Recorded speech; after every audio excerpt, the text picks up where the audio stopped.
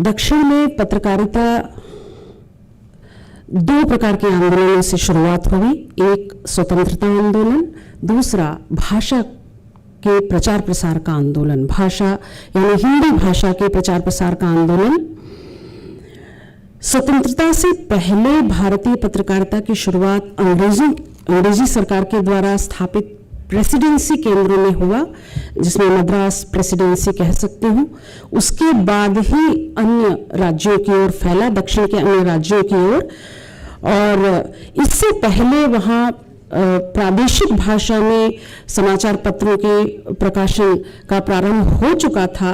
और स्वतंत्रता आंदोलन की तीव्रता और विशेष रूप से 1918 में महात्मा गांधी जी के से प्रेरित जो आंदोलन था, वह दक्षिण में हिंदी पत्रकारिता का आधार बना। और विशेष रूप से दक्षिण भारतीय हिंदी प्रचार सभा की स्थापना के साथ यह आंदोलन इस आंदोलन ने तेज गति पकड़ी। और सर्वप्रथम अगर मैं कहूँ, जैसा कि कृपाशंकर जी ने शुरू में ही उल्लेख किया था कि तमिल के लोकप्रिय कवि सुब्रमण्यम भारती जी ने अपनी तमिल पत्रिका इंडिया, जो कि 1921 में तमिल में भी निकला करती थी, हिंदी की रचनाओं को उसमें स्थान दिया। तमिल समाचार पत्र के माध्यम से हिंदी पत्रकारिता को पनपने का प्रथम अवसर दक्षिण में मिला। तब तक हिंदी प्रचार प्रसार का कार्यक्रम आंदोलन भी जोर पकड़ चुका था। और इसी क्रम में हिंदी प्रचार प्रसार के लिए क्षेमानंद राहत नाम के व्यक्ति थे। उन्होंने साप्ताहिक पत्रिका भारत तिलक शुरुआत की, जो कि 1921 में इसका प्रकाशन शुरू हुआ। और इसे ही हम दक्षिण का प्रथम हिंदी समाचार पत्र मानते हैं। स्वाधीनता आंदोलन से प्रेरित और राष्ट्रीय जागृति के लिए प्रतिबद्ध यह दक्षिण भारत का पूर्णतः हिंदी का प्रथम समाचार पत्र माना जाता है। पीलीभीत उत्तर प्रदेश के क्षेमानंद जी पढ़ाई बीच में ही छोड़कर मद्रास आ गए थे और हिंदी पत्रकारिता से जुड़े थे। इन्होंने मद्रास में, जो कि आज चेन्नई है, हिंदी प्रचार आंदोलन में सक्रिय भूमिका निभाई। आगे हम बढ़ेंगे, देखेंगे नारायण सुब्बाराव हार्डकर का नाम आता है, जिन्होंने हिंदुस्तानी सेवा दल का गठन किया और वहां से उन्होंने स्वयं सेवक नामक एक अंग्रेजी हिंदी बाइलैंग्वेज द्विभाषी पत्रिका निकाली, जो कि 1923 में इसकी शुरुआत हुई। 23 तक आते आते दक्षिण में हिंदी प्रचार आंदोलन तेजी पकड़ ली और पत्रकारिता का सशक्त रूप सामने आना शुरू हुआ। हिंदी प्रचार सभा से पत्रिकाएं निकलने लगी, जिसमें ऋषिकेश शर्मा जी के द्वारा संपादित हिंदी प्रचारक नामक पत्रिका इन्हीं दिनों आरंभ हुई। और इस पत्रिका का मुख्य उद्देश्य था सांस्कृतिक, सामाजिक और ऐतिहासिक लेखों के द्वारा जनमानस में स्वतंत्रता के प्रति और भाषा के प्रति जागृति लाना। एक अन्य पत्रिका हिंदी प्रचार समाचार, जो कि मासिक पत्रिका थी, साहित्य, संस्कृति और हिंदी प्रचार प्रसार के लिए शुरू हुई। इसके बाद दक्षिण भारत नामक एक और त्रैमासिक पत्रिका का प्रकाशन इन्हीं दिनों शुरू हुआ।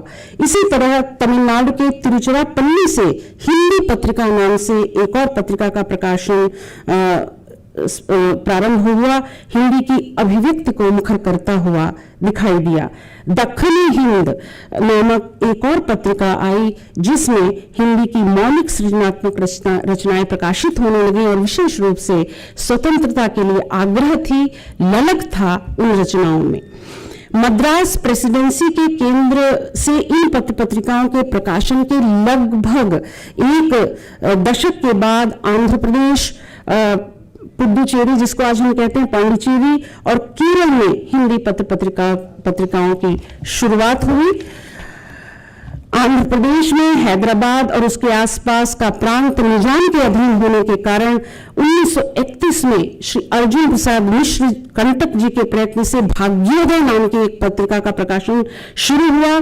पांडिचेरी में आध्यात्मिक संत अरविंदो घोष जी के आश्रम से एक पत्रिका निकलने लगी। हिंदी की पत्रिका का प्रकाशन शुरू हुआ, जिसका नाम था अदिति, जिसमें राष्ट्रीय चेतना को पोषण करने में अग्रणी भूमिका निभाई।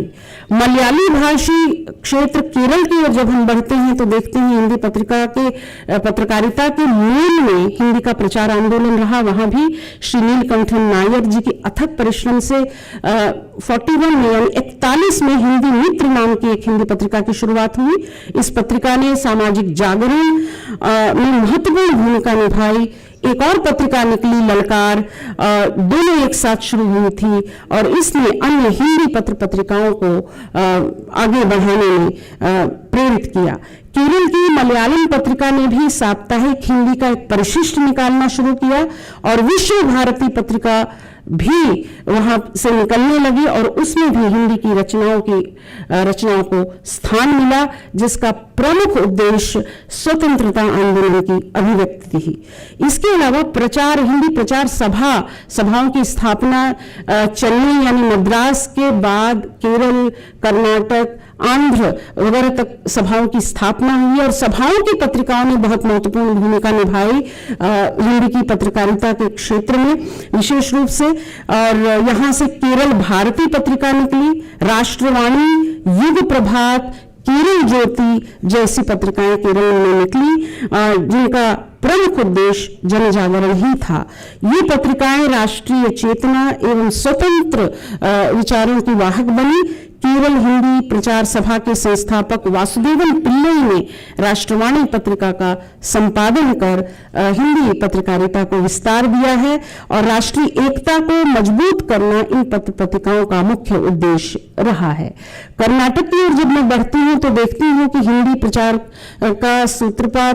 प्रचार आंदोलन का सूत्रपात स्वतंत्रता के पूर्व ही था, परंतु दक्षिण भारत हिंदी महिला प्रचार परिषद के द्वारा 1954 में हिंदी प्रचार वाणी नाम से पहली पत्रिका निकली, जहां से पत्रकारिता की शुरुआत हुई। वहां पर मैसूर हिंदी प्रचार परिषद की स्थापना 42 में हुई, तो वहां पत्रिका का प्रकाशन शुरू हुआ। राम संजीव नैया जी थे और कर्नाटक हिंदी प्रचार समिति करके एक और समिति की स्थापना हुई। वहां से भाषा पीयूष नाम से पत्रिका का प्रकाशन 1961 में शुरू हुआ। इस तरह संस्था की स्थापना 39 में ही हो जाने के बावजूद पत्र पत्रिकाओं का प्रकाशन उसके एक दशक के बाद शुरू हुआ। वस्तुतः एक ओर स्वतंत्रता की छटपटाहट में जो आंदोलन हुआ और फिर हिंदी सीखने की जो उत्सुकता थी, दोनों तो साथ ही साथ पत्रकारिता को आगे बढ़ा रहे थे, हिंदी की पत्रकारिता को। लेकिन इसमें एक और कारण शामिल था, वह था धार्मिक पुनर्जागरण। धार्मिक पुनर्जागरण के तहत कई पत्र पत्रिकाएं हिंदी में वहां निकली, जिसमें सबसे महत्वपूर्ण मध्व संप्रदाय के दर्शन से प्रभावित पूर्ण बोध नाम की पत्रिका थी और इसके अलावा द्वैत सिद्धांतों के प्रचार प्रसार के लिए नरसिम्ह प्रिय नाम की पत्रिका थी और दशनाम गोस्वामियों की परंपरा के रूप में एक पत्रिका प्रकाशित हुई, गोस्वामी पत्रिका, जिसमें जन जागरण ही इसका प्रमुख उद्देश्य था। स्वतंत्रता के पूर्व आर्य समाज के सिद्धांतों पर आधारित कुछ पत्र पत्रिकाएं प्रकाशित हुई, जिन्होंने राजनीतिक क्रांति को यानी इस स्वतंत्रता आंदोलन को और भी अधिक मुखर किया। दक्षिण की पत्रकारिता में यह तो हमारा अतीत का गौरवमय गाथा है। यह हमें स्मरण कराता है कि समाचार पत्र केवल सूचना नहीं बल्कि सामाजिक परिवर्तन का माध्यम भी रहे हैं और स्वतंत्रता आंदोलन के दिनों में हिंदी को किसी भाषा स्पर्धा के रूप में नहीं बल्कि राष्ट्रीय संवाद, भावनात्मक एकता के माध्यम के रूप में और स्वतंत्रता की ललक के रूप में स्वीकार किया गया था। स्वतंत्रता के बाद कुछ पत्र पत्रिकाओं ने सामाजिक सरोकार, लोकतंत्र की चेतना को गहराई से अभिव्यक्त किया, जिसमें चंदा मामा का प्रकाशन 1947 से शुरू हुआ।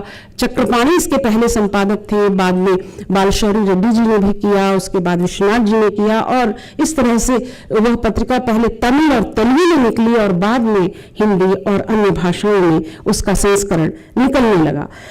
इसी में कर्नाटक, चेन्नई, आंध्र के कुछ हिस्सों में 2000 के आसपास, 2005 के आसपास दक्षिण भारत राष्ट्रमत नाम की पत्रिका, समाचार पत्र का जो है प्रकाशन शुरू हुआ। राजस्थान पत्रिका का कर्नाटक संस्करण, तमिलनाडु का चेन्नई संस्करण, इस तरह से कई राज्यों में उनके हिंदी संस्करण आने शुरू हो गए। और समाचार परिवर्तन नामक एक पत्रिका ने 2001 के आसपास शुरुआत की कर्नाटक में, बेंगलुरु में, जो कि चेन्नई तक उसका भी विस्तार रहा। इसके अलावा जितनी भी तेलंगाना में स्रवंती नाम की एक पत्रिका है, पूर्णकुंभ नाम की एक पत्रिका है, इसके अलावा डेली मिलाप एक ऐसी पत्रिका है जो करीब, इसकी शुरुआत तो हिंदी प्रचार आंदोलन के साथ ही हो गई थी। डेली मिलाप की 23 से 29 के बीच स्वतंत्रता आंदोलन के ही जितनी भी उसमें क्रांतिकारी बातें होती थी, लेख होते थे, रचनाएं होती थी, उसमें छपती थी। और यह अब पूर्णकालिक दैनिक समाचार पत्र निरंतर उसी समय से प्रकाशित होती चली आ रही है। डेली मिलाप का चेन्नई संस्करण भी निकलता है और हैदराबाद तेलंगाना का संस्करण भी निकलता है। राजनीति, स्थानीय समाचार, संस्कृति और सामाजिक सरोकारों के प्रति जागरूक ये समाचार पत्र आज भी दक्षिण के इन राज्यों में जो निरंतर प्रकाशित होते चले आ रहे हैं। शताब्दी महोत्सव, यह 200 वर्ष द्विशताब्दी महोत्सव है। 21 में प्रकाशित पहली दैनिक पत्रिका भारत तिलक से प्रारंभ होकर आज डिजिटल रूप तक पहुंच गई है।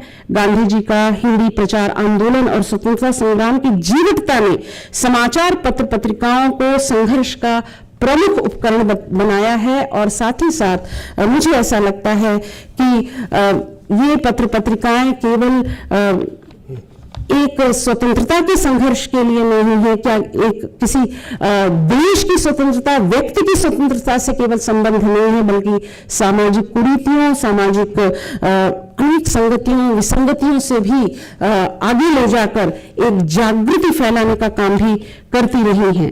कुछ छोटी और पत्रिकाओं के नाम जरूर लेना चाहूंगी जो बीच में बंद हो गई, जिन्होंने बहुत महत्वपूर्ण भूमिकाएं निभाई दक्षिण में, जिनमें भारतवाणी, जिनका मलयालम के प्रभुत्व के कारण बाद में यह केरल से निकल रही थी, बंद हो गई।